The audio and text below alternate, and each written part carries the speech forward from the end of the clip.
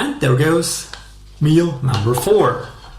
This can only mean time for meal number 5. How often to eat for maximum muscle growth? This video is for you. Let's have a look at the science together.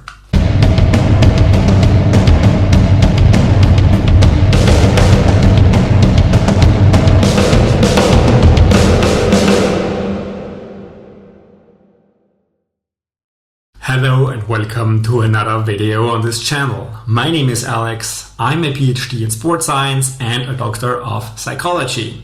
And in today's video I want to have a closer look at meal timing and frequency.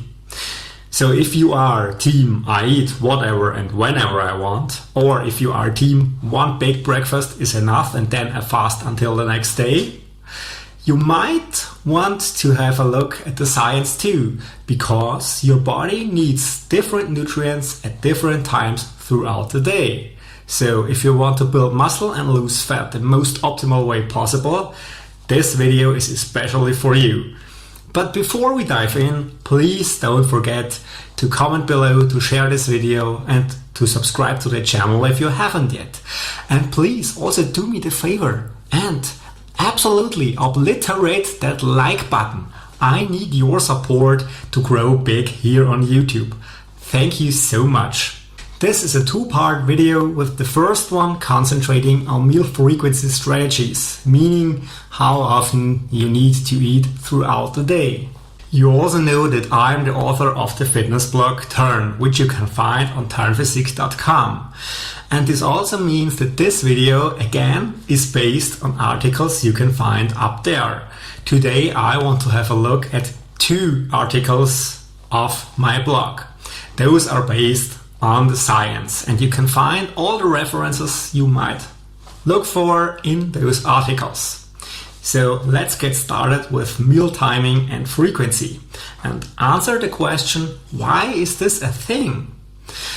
In the introduction, I already teased that meal timing is a thing because the body needs different nutrients at different times throughout the day. For instance, when you wake up in the morning, your body is actually in a slight catabolic state, which means that it eats up your muscles. The effect isn't very large, but still your body ran out of protein throughout the night and it began to use those proteins available in your body as a fuel source. And since your muscles contain protein, it attacks your muscles.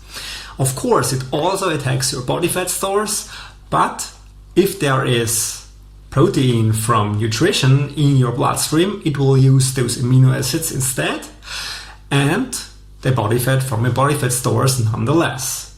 So in the morning, it's a good idea to get a protein that's in your bloodstream very quickly, for instance, some whey protein.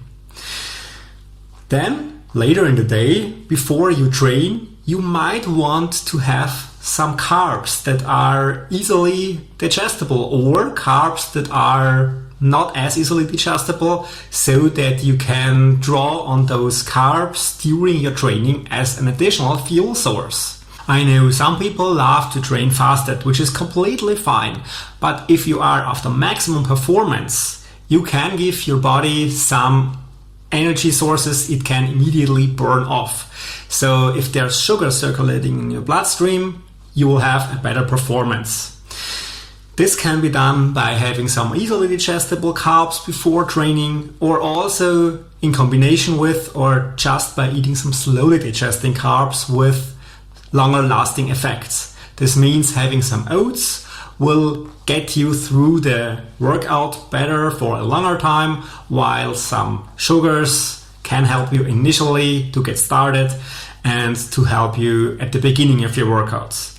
Remember, fat loss is not necessarily a product of the calories you burn off during training, but a product of the energy expenditure by increased muscle mass at rest. So your training is not necessarily your tool to lose body fat. It's your tool to build the engine that burns body fat. So it's totally fine to fuel your workouts for maximum performance.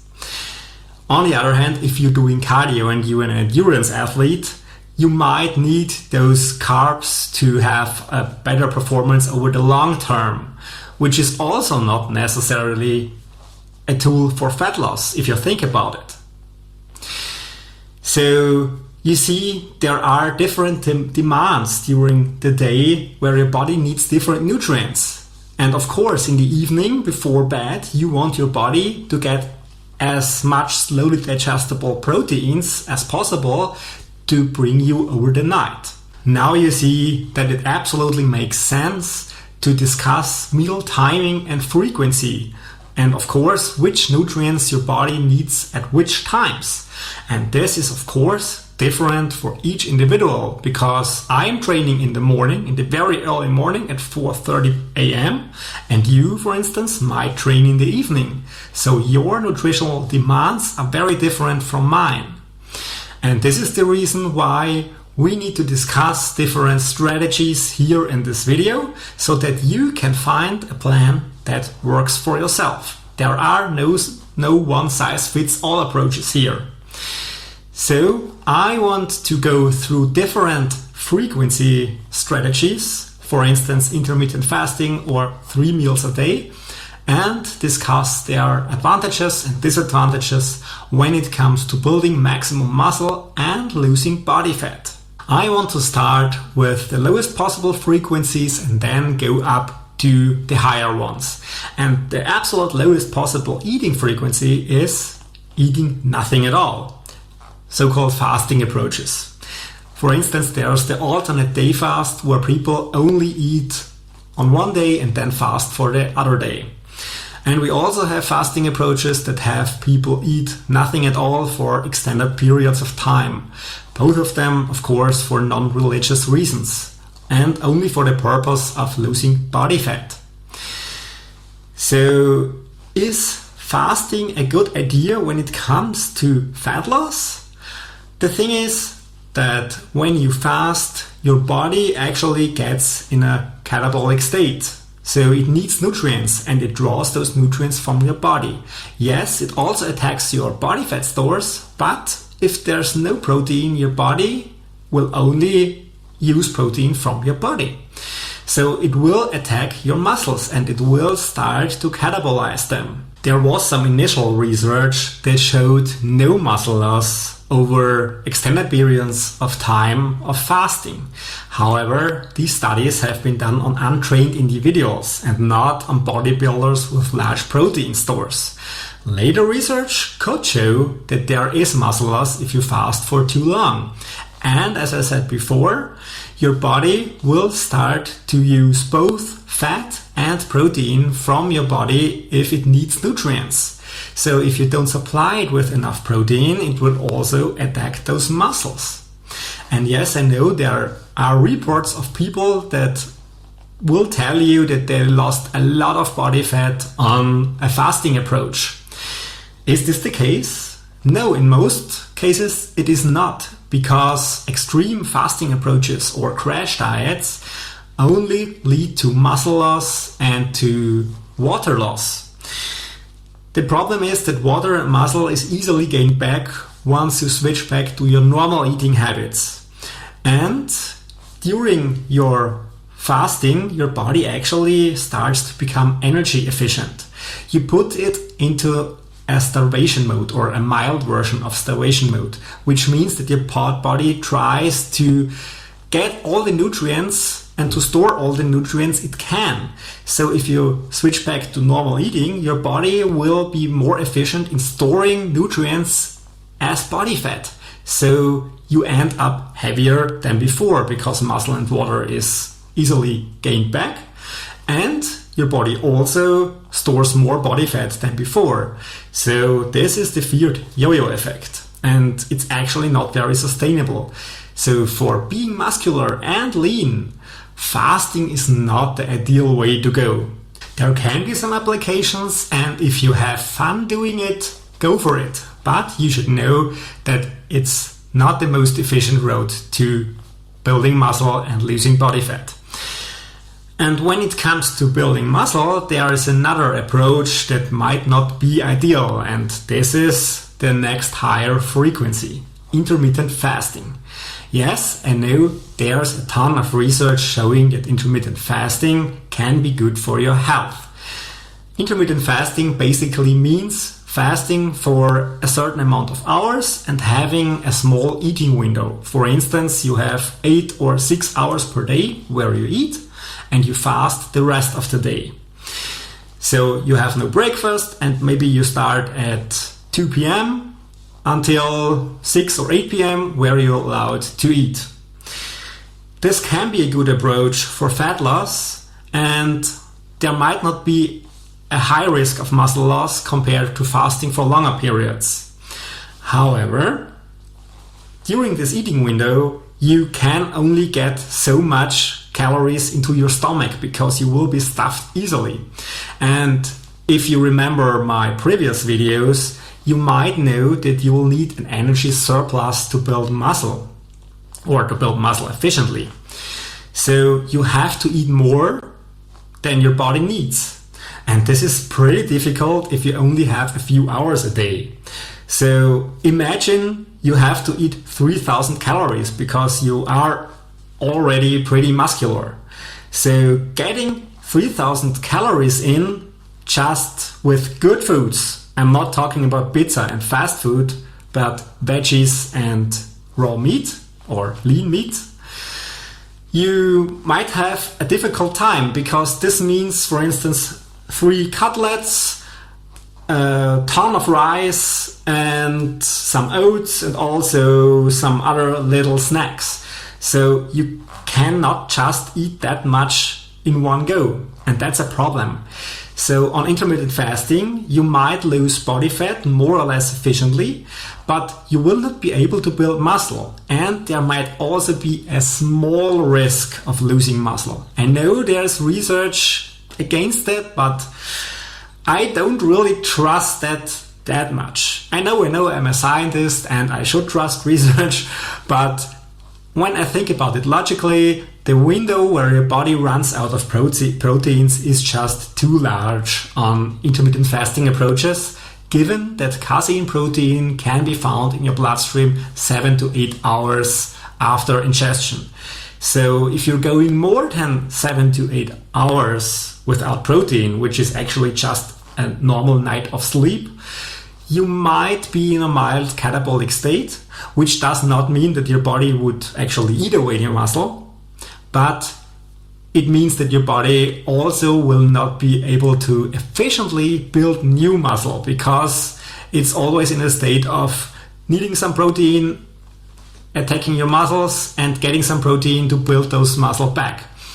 So intermittent fasting, as good as it might be for your health, is not ideal to get those lean bodybuilding physique. Yes, I know there are also a lot of bodybuilders looking very good on this approach, but I'm not saying it's not possible, I'm just saying it's not the most efficient way possible. If you dig deeper into the science of intermittent fasting, you will find anti-aging effects, which is actually the thing that's marketed the most for this nutrition approach. For instance, reduced oxidative damage and oxidative stress, reduced inflammation, improved growth hormone secretion, and improved insulin sensitivity. However, you know where else you can get exactly these effects? Just by training for muscle growth and fat loss, by doing bodybuilding. Building muscle gives you all these effects. So why do intermittent fasting? And of course, intermittent fasters also will tell you that you won't experience any large insulin spikes when you fast, which is true. This is similar to ketogenic diets. However, in the absence of insulin, you also don't build muscle efficiently because there is nothing that could be shuttled into your muscles. No glycogen and no proteins. And this is where things get pretty interesting if you ask me. Think about it. You don't get insulin spikes during the time you're not eating. However, if you are trying to build muscle, you have to strategically overeat.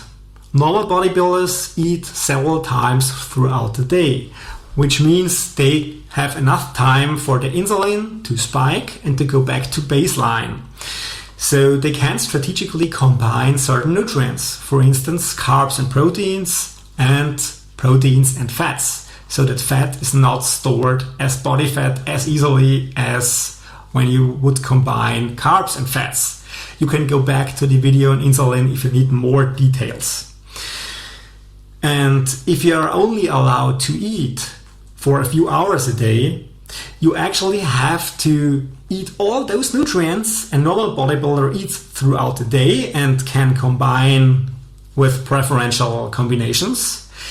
You will more or less eat non-stop without being able to make your insulin settle again down to baseline, and your insulin will actually be at a spike non-stop. So you get a non-stop insulin rush and your body shuttles all those nutrients into your body's nutrient stores. So if you're eating carbs together with protein and not much later you combine proteins with fats, your effect of separating those nutrient combinations is actually gone because your insulin didn't even settle until your fats reach your bloodstream. So those fatty acids are preferentially also stored in your body fat stores. I know total calories are still king, so if you eat less than you would expand, you still lose body weight. This is the reason why I said in the introduction that intermittent fasting can be a good fat loss approach. However, for muscle growth, it's actually not ideal, and this is why. Now let's come to the more traditional approaches. And the most traditional one is 3 meals a day. You can have breakfast, lunch and dinner and build a ton of muscle and lose body fat efficiently. There is research showing that there is no difference in fat loss, muscle growth and energy expenditure compared to higher frequency approaches. And this is because of the energy balance equation. So if you're eating more than you need, you will gain weight, and if you eat less, you will lose weight. Yes, this is also true for fasting approaches, but as I said on intermittent fasting, you will have a hard time to eat as many calories as you will need to gain muscle. So 3 meals a day can be used and make absolutely sense. However, for the most efficient outcomes possible, still try to combine fats with proteins, carbs with proteins, and avoid a combination of fats with carbs. It's sometimes a bit hard to do on 3 meals a day because you'll have breakfast, which most of the times is loaded with some carbs and good proteins, so you can't have some fats. At lunch you will probably have also carbs and some proteins because you might be training in the afternoon. And for dinner there's only fat and protein left. So you definitely can do that, but it's probably a bit harder compared to some higher frequencies. And this leads me to the last approach, the very high eating frequency approach, which is used by bodybuilders, which means 4 to 6 meals a day. Now you might already be able to infer why this can be a good idea, because of the combinations of the macronutrients. You will have some smaller meals more frequently throughout the day, but this allows you to have more combinations, for instance, of proteins and fats. So it's easier for you to get your fat in. And it's also totally fine to have 3 meals, to have 4 meals, 5 or 6 meals, whatever fits your schedule best. I personally prefer having 5 to 6 meals. So I have a protein shake of casein protein before I go to bed, which isn't actually a meal, but you can count it as another one.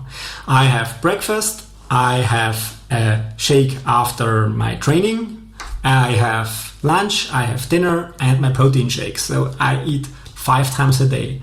And when I'm trying to build muscle, I might also have a handful of nuts throughout the day. So for instance, at 10 p.m. at work, where I snack on some nuts to increase my total calories. And since this is just fats, there's no insulin spike, but I still get my calories. So then I will have 6 meals. So should you be sticking to a meal frequency approach all the time? It might have come through in this video, but meal frequency planning is just a mere tool. It's a help for you to make things easier, so you don't have to. In some cases, it may be more efficient, especially when comparing fasting approaches with regular eating strategies. So it's easier for you to get those nutrients and those calories in. That's everything I can say in this regard.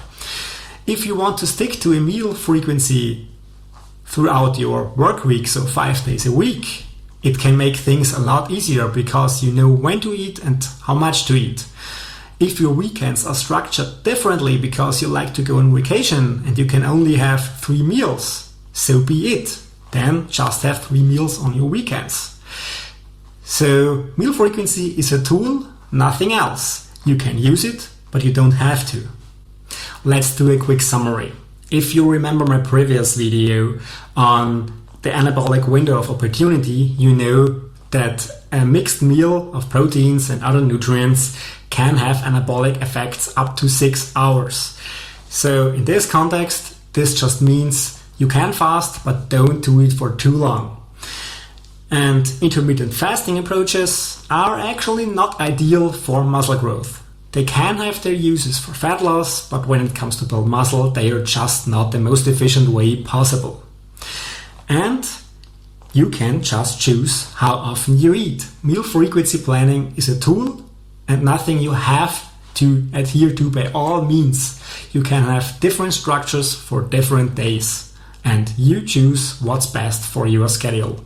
And that's it. That's the first part of this 2-part video on meal timing and frequency. In this video, I've covered meal frequency strategies, and in the next one, I'll have a closer look on meal timing, meaning when to eat which nutrients for maximum muscle growth and fat loss. Thank you so much for being here. Thank you so much for watching this video. Please don't forget to share it, to comment below, and to subscribe to the channel if you haven't yet. And as always, I need your help to make this channel grow. And the best way to do is to leave a like. Please hit that like button as if it had hurt your feelings. Thank you so much. Make this channel explode here on YouTube. Can you hear the drums? I think it's time for meal timing. See ya!